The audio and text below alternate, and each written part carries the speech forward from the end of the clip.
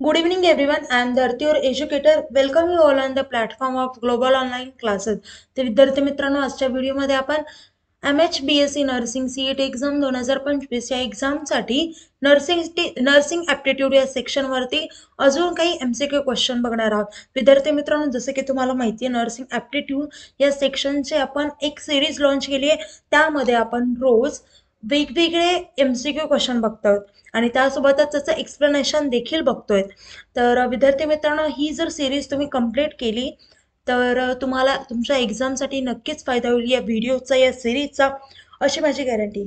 तर जे स्टुडंट्स आपल्या चॅनलवरती नवीन आहेत त्यांच्यासाठी मी सांगू इच्छिते, जर तुम्ही MHBSc नर्सिंग CET एक्झाम 2025 या एक्झामसाठी प्रिपरेशन करत असाल तर तुमच्या प्रिपरेशनसाठी ग्लोबल ऑनलाईन प्लॅटफॉर्मने कंप्लीट कोर्स लॉन्च केला आहे. त्यामध्ये तुम्हाला full syllabus live video lectures मिळतील, रेकॉर्डेड लेक्चर्स मिळतील, 50+ फुल सिलेबस टेस्ट सिरीज मिळेल, त्यासोबतच 2000+ MC क्वेश्चन बँक आणि फुल सिलेबस नोट्स देखील मिळतील. पहा, सर्व गोष्टी तुम्हाला एका कोर्समध्ये आणि ते पण फक्त 3000 रुपयांमध्ये अवेलेबल करून देण्यात आले आहेत. अजून काही कोर्सबद्दल माहिती हवी असेल किंवा कुठल्याही प्रकारचे डाऊट्स असतील तर मी स्क्रीनवरती 2 नंबर दिला आहे, त्या नंबरवरती तुम्ही कॉन्टॅक्ट देखील करू शकता. आता हा कोर्स कसा ॲक्सेस करायचा ते पाहू. तर त्यासाठी ग्लोबल ऑनलाईन ॲप्लिकेशन प्ले स्टोअरवरती जाऊन डाउनलोड करा. त्यानंतर ॲप्लिकेशन ओपन करा. ॲप्लिकेशन ओपन केल्यानंतर नाव आणि नंबर एंटर केल्यानंतर तुम्हाला असा इंटरफेस समोर येईल. इंटरफेसच्या पहा डाउनवर्ड साईडला स्टोअर्स आयकॉन असेल, त्यावरती क्लिक करा. त्यावरती क्लिक केल्यानंतर तुम्हाला कोर्सेसचं पेज दिसेल. कोर्सेसच्या पेजच्या सर्च बॉक्समध्ये तुमच्या कोर्सचं नाव टाईप करा, नर्सिंग CET असं टाईप केल्यानंतर तुम्हाला खाली MH नर्सिंग CET एक्झाम 2025 असा कोर्स दिसेल. तो कोर्स ओपन करा आणि तो कोर्स एनरोल करा. त्यानंतर कोर्सेसच्या सर्व गोष्टी तुम्हाला ॲक्सेस होते. एकदा का तुम्ही कोर्स एनरोल केला त्यानंतर तुम्हाला आमच्या व्हॉट्सअप ग्रुपवर देखील ॲड केलं जाईल, जिथे तुमचे कॉम्पिटिटर्स देखील असतील आणि तिथे एज्युकेटर्स देखील असतील. तर त्या एज्युकेटर्सशी तुम्ही पर्सनली कॉन्टॅक्ट देखील करू शकाल, जिथे तुम्ही तुमचे डाऊट किती छोटे असतील तरी ते सॉल्व्ह करू शकाल. ओके, चला आता टॉपिककडे वळूया. तर टॉपिकचा फर्स्ट क्वेश्चन आहे, the organ in the human female that develops to nourish the embryo is called. Options आहेत अमिनियॉन, नेक्स्ट आहे यॉल्क सॅक, थर्ड आहे फॅलोपियन ट्यूब आणि फोर्थ आहे प्लॅसेंटा. तर करेक्ट ऑप्शन ऑप्शन डी, ते म्हणजे प्लॅसेंटा. तर प्लॅसेंटा एक आपल्या बॉडीचा एक म्हणजे फिमेल बॉडीचा एक पार्ट असतो, ज्याच्यामध्ये लहान बाळ किंवा जे बेबी असतं ते तयार होतं किंवा ग्रो होतं.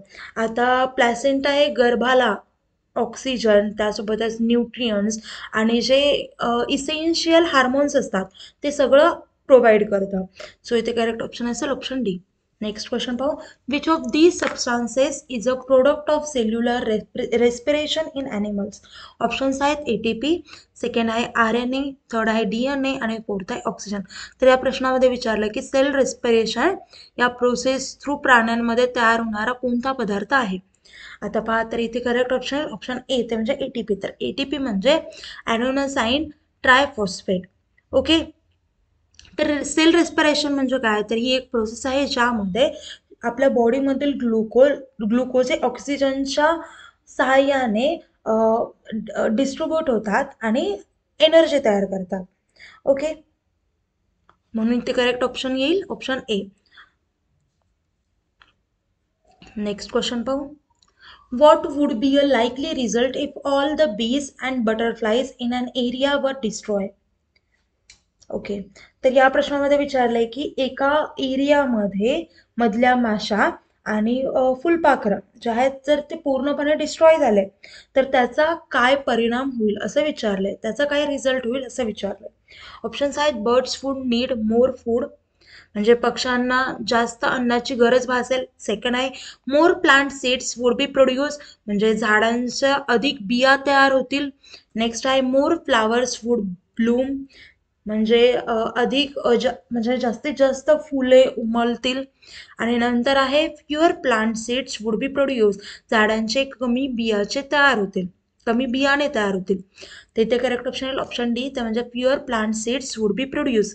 तर नेक्स्ट क्वेश्चन पाहू, the tiny projections in the small intestine adapted for absorption are called.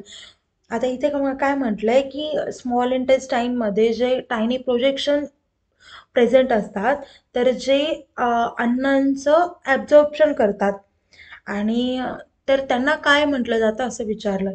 Options आहेत व्हेन्युल्स, सेकंड आहे विलाय, थर्ड आहे अल्व्होलाय आणि फोर्थ आहे नेफ्रॉन. ते करेक्ट ऑप्शन येईल ऑप्शन बी, ते म्हणजे विलाय. तर विलाय हे स्मॉल इंटेस्टाईनच्या वॉलवरती प्रेझेंट असतात आणि ते अन्नद्रव्यांचं म्हणजे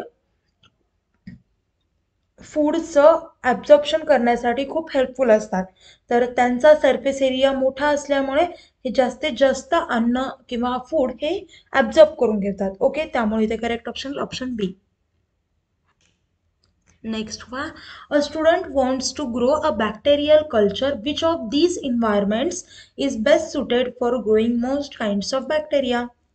तर पहा इथे विचारलंय की एखाद्या स्टुडंटला बॅक्टेरियल कल्चर वाढवायचं आहे, तर त्याने कोणते इन्व्हायरमेंट जास्तीत जास्त चूज केलं पाहिजे, म्हणजे खालीलपैकी कोणता ऑप्शन चूज केला पाहिजे त्याच्यासाठी. तर ऑप्शन्स आहेत a light window at 72 degree Fahrenheit, next आहे refrigerator at 45 degrees Fahrenheit, next आहे an incubator at 37 degree Celsius आणि फोर्थ आहे फ्रीझर ॲट 10 डिग्रीज फॅरेनहाइट. तर इथे करेक्ट ऑप्शन आहे ऑप्शन सी, ते म्हणजे इन्क्युबेटर ॲट 37 डिग्री सेल्सिअस. कारण हे जे टेम्परेचर असते ते बॅक्टेरियाच्या ग्रोथसाठी खूप जास्त बरोबर आहे, त्यामुळे करेक्ट ऑप्शन आहे ऑप्शन सी. नेक्स्ट क्वेश्चन पाहू. A close container of hydrogen gas is warm from 20 degree to 25 degree. If the volume remains the same, what will happen to the pressure in the container? आता इथे आपल्याला विचारलंय की hydrogen gas असलेला बंद कंटेनरचं जर temperature हे 20 degree Celsius वरून 25 degree Celsius पर्यंत वाढवलं जातं, तर जर कंटेनरचं व्हॉल्यूम बदलत नसेल तर प्रेशर कशाप्रमाणे बदलेल असं विचारलंय. आता ऑप्शन्स आहेत it will remain the same, it will decrease, it will fluctuate आणि फोर्थ आहे इट विल इन्क्रीज. तर हा जो प्रॉब्लेम आहे, तर हा प्रॉब्लेम लुसॅकच्या लॉवरती डिपेंडंट आहे.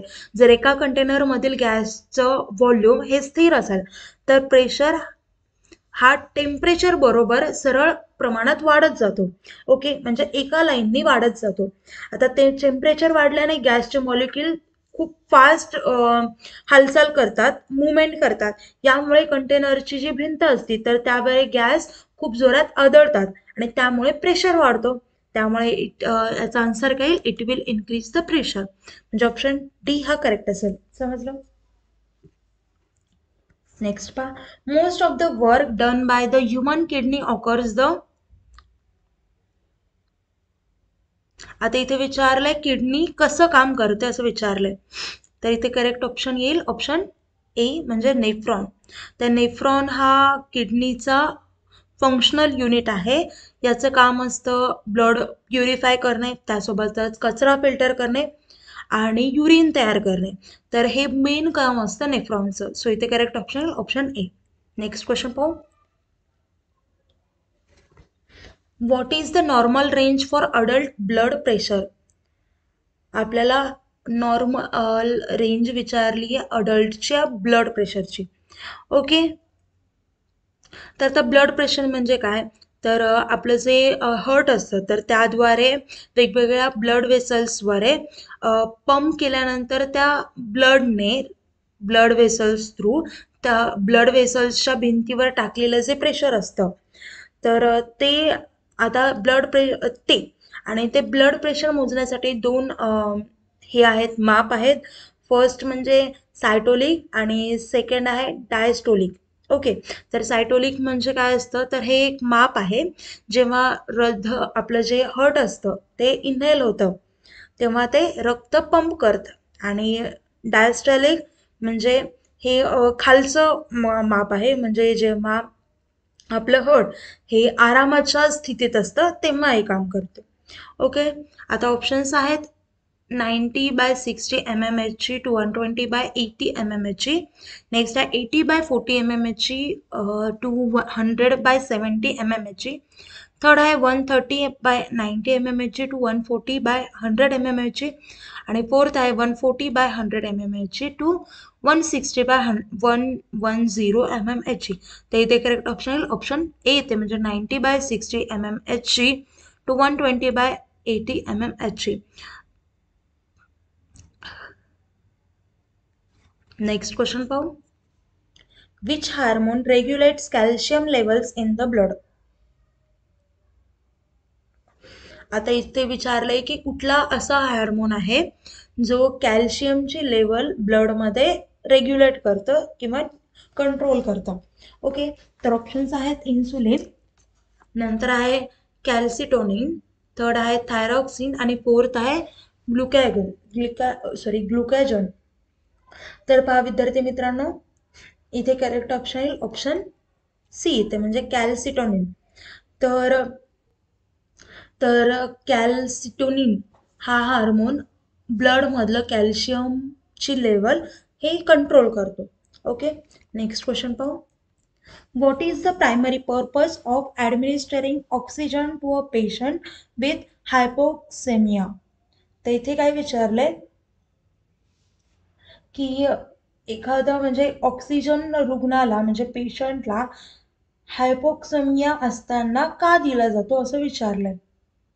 म्हणजे त्याचं मेन पर्पज, मेन मोटिव्ह. तर हायपोक्सेमिया म्हणजे काय, तर जे ब्लडमधील ऑक्सिजनचं प्रमाण कमी असणं, तर त्यासाठी ऑक्सिजन दिलं जातं.